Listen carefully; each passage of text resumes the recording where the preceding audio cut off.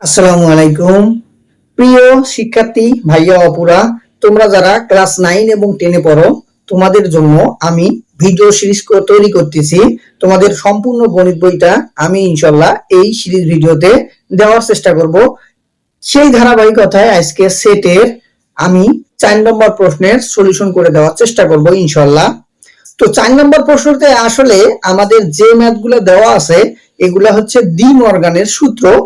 তো এই সূত্রগুলোকেই সাধারণত এটা হায়ার ম্যাথ যখন করবা তখন তোমাদের এগুলা দরকার হবে। তো হায়ার ম্যাথে আসলে এই সূত্রগুলা দেওয়া আছে, বাট তোমাদের জেনারেল ম্যাথে এগুলার প্রমাণ দিতে বলে নাই।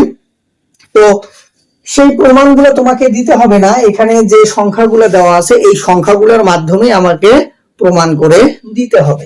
তো সেটার জন্য ধারাবাহিকতায় আমরা প্রথম যে ক নম্বর প্রশ্নটা আছে সেই প্রশ্নটা যদি একটু খেয়াল করি, সেই প্রশ্নটাতে দেওয়া আছে যে এ ইউনিয়ন বি, আবার ব্র্যাকেট দিয়ে পূরক সেট দিয়ে রাখছে ইকুয়াল এর উপরে পূরক সেট ইন্টারজেকশন বির উপরে পূরক সেট।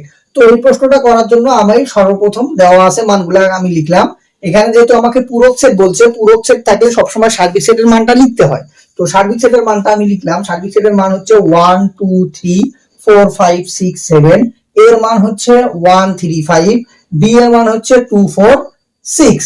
তো এই মানগুলো লেখার পর আমাকে যে কাজটা করতে হবে, প্রথমে ব্র্যাকেটের ভিতরে যা আছে সেটার কাজ আমরা করব। তাহলে এখন এ ইউনিয়ন বি, এ এবং এ ইউনিয়ন বি, এ এর মান হচ্ছে 1 3 এবং 5 লেখার পর ইউনিয়ন বি এর মান কি দেওয়া আছে 2 4 6। এই ইউনিয়ন চিহ্নটা থাকলে যে কাজটা করতে হয়, যেটা মিলবে সেটাও নিতে হয়, যেটা মিলবে না সেটাও নিতে হয়। অর্থাৎ যে উপাদানগুলো আমার মিলবে সেটাও লিখবো, যেটা উপাদান মিলবে না সেটাও লিখবো, এবং লেখার সময় অবশ্যই আমার সংখ্যার যে ক্রম, ধারাবাহিক ক্রম অনুযায়ী লিখতে হবে। অর্থাৎ আগে 1, এরপরে 1 এর পরে 2, তারপর 3 4 5 6। এরপর আমার বাম পক্ষে এখন কি আছে, এখন তো আর আমার কোনো কাজ নেই, ডিরেক্টলি বাম পক্ষ। অতএব বাম পক্ষে কি দেওয়া আছে, বাম পক্ষে দেওয়া আছে এ ইউনিয়ন বি, তার উপরে পূরক সেট।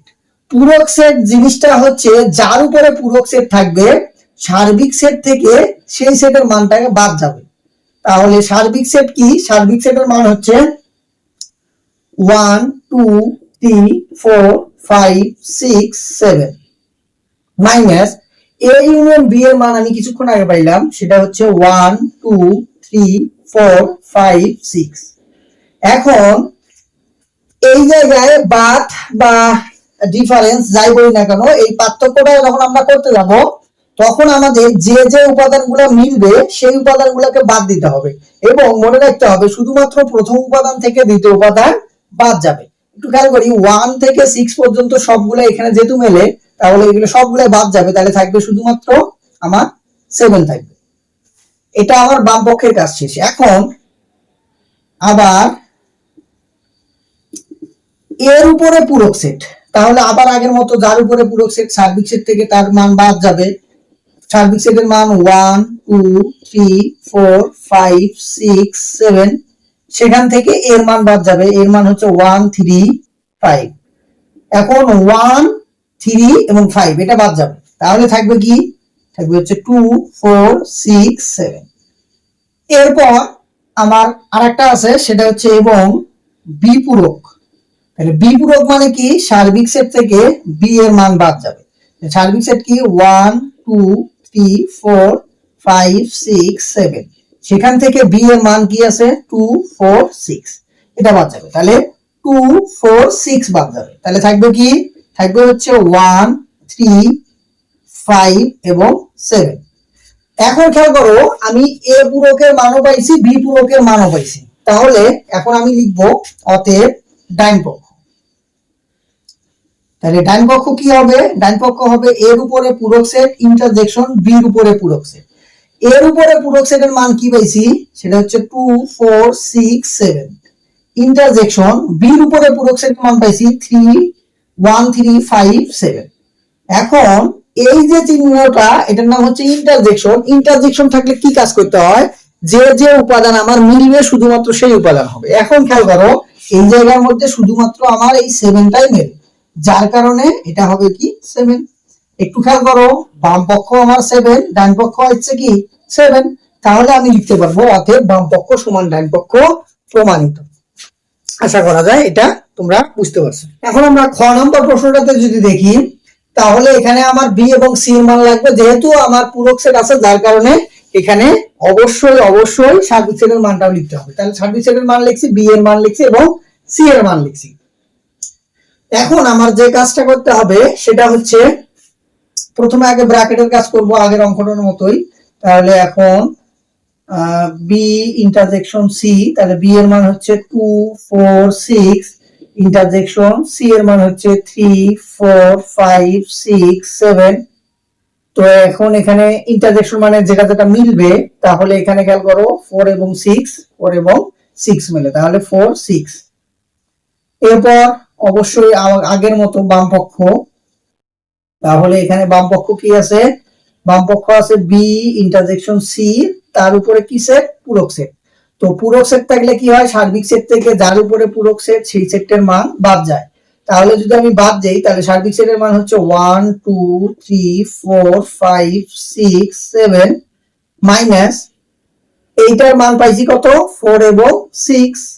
শুধুমাত্র 4 এবং 6 বাদ যাবে, 4 এবং 6 বাদ যাবে, তাহলে থাকবে কি 1 2 3 5 7।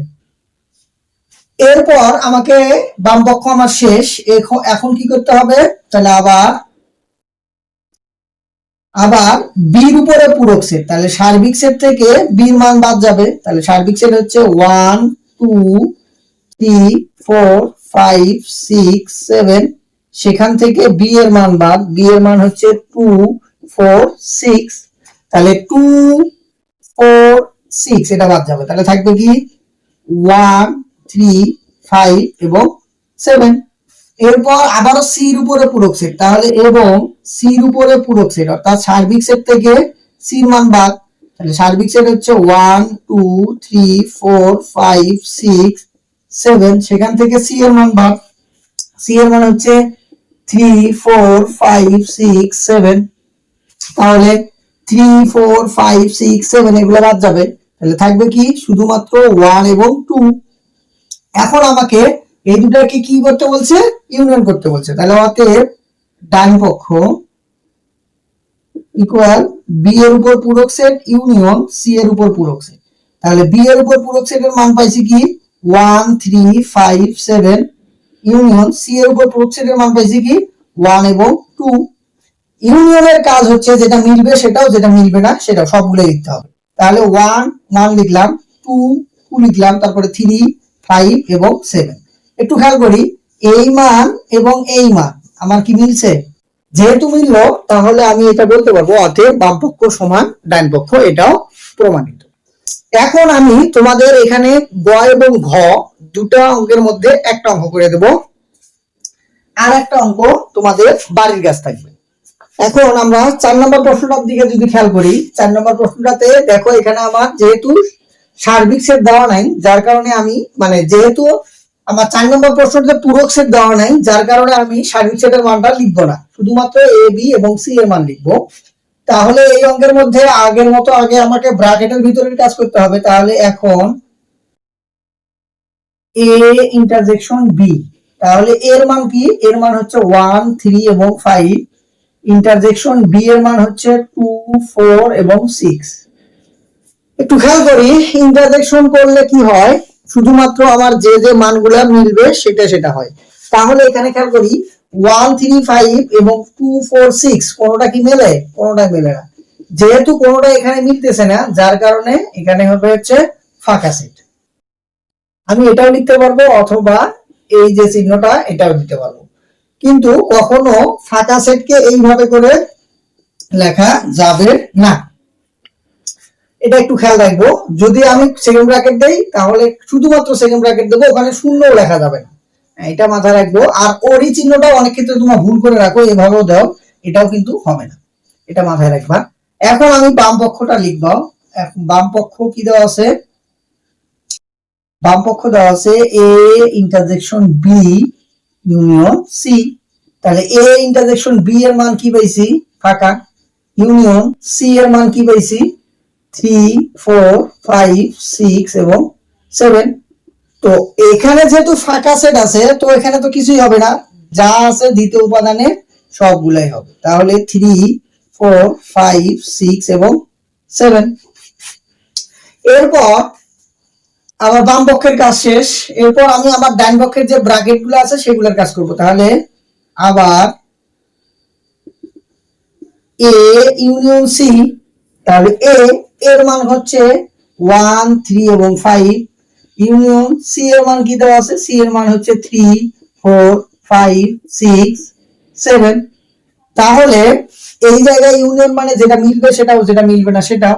তাহলে 1 3 4 5 6 7 সবগুলাই হলো।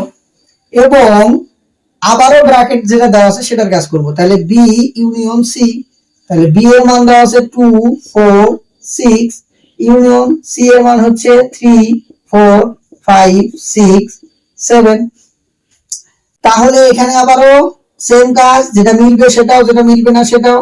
তাহলে 2 3 4 5 6 7। এখন আমি দুটার মানই পেলাম, এরপর মাঝখানে ইন্টারসেকশন আছে। তাহলে অতএব ডান পক্ষ কি হবে, A union C intersection B union C.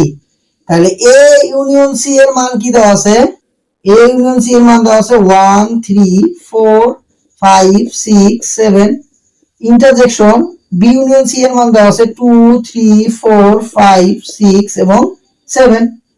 এখন ইন্টারসেকশন মানে কি, ইন্টারসেকশন মানে হচ্ছে যে উপাদানগুলো শুধুমাত্র আমার মিলবে সেই উপাদানগুলোই হবে। তাহলে এখানে খেয়াল করি আমার কোন কোন উপাদানগুলো মেলে। তাহলে এখানে 3 আছে, এখানেও 3, তাহলে 3 লিখলাম। এখানেও 4, এখানেও 4, তাহলে 4 লিখলাম। এখানেও 5, এখানেও 5, 5 লিখলাম। এখানেও 6, এখানেও 6, 6 লিখলাম। এখানেও 7, এখানেও 7, 7 লিখলাম। তাহলে খেয়াল করো এখানে আসলো আমার 3 4 5 6 7, এখানে বাম পক্ষ 3 4 5 6 7। যেহেতু আমার বাম পক্ষ এবং ডান পক্ষ মিলে গেছে, তাহলে অতএব বাম পক্ষ এবং ডান পক্ষ প্রমাণিত। আমি এখানে তোমাদের গ নম্বর প্রশ্নটা করে দেই নাই।